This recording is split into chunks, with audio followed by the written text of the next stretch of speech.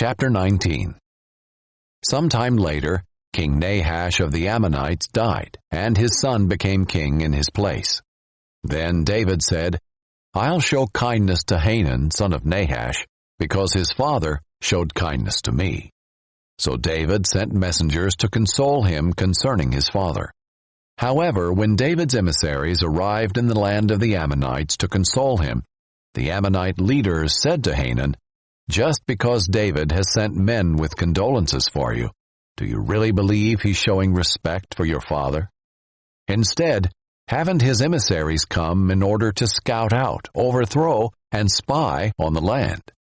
So Hanun took David's emissaries, shaved them, cut their clothes in half at the hips, and sent them away. It was reported to David about his men. So he sent messengers to meet them, since the men were deeply humiliated.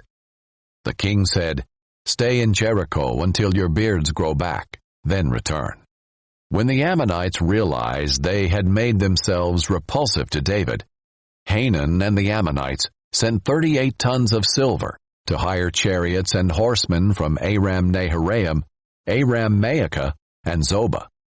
They hired 32,000 chariots, and the king of Maacah with his army, who came and camped near Medeba. The Ammonites also came together from their cities for the battle. David heard about this and sent Joab and all the elite troops. The Ammonites marched out and lined up in battle formation at the entrance of the city, while the kings who had come were in the field by themselves.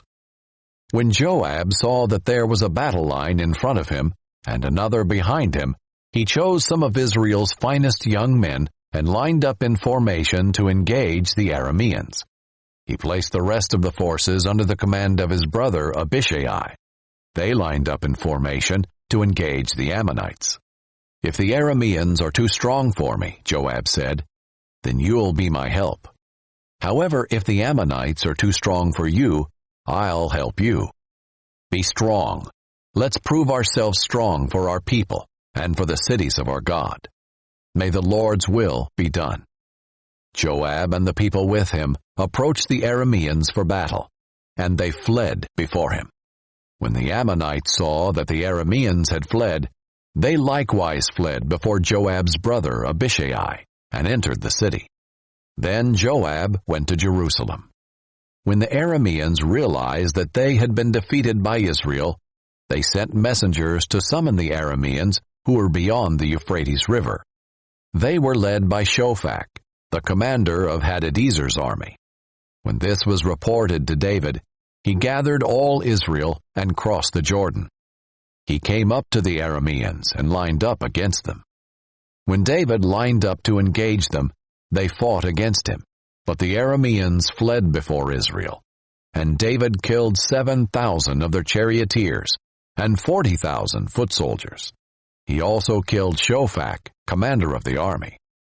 When Hadadezer's subjects saw that they had been defeated by Israel, they made peace with David and became his subjects. After this, the Arameans were never willing to help the Ammonites again. Chapter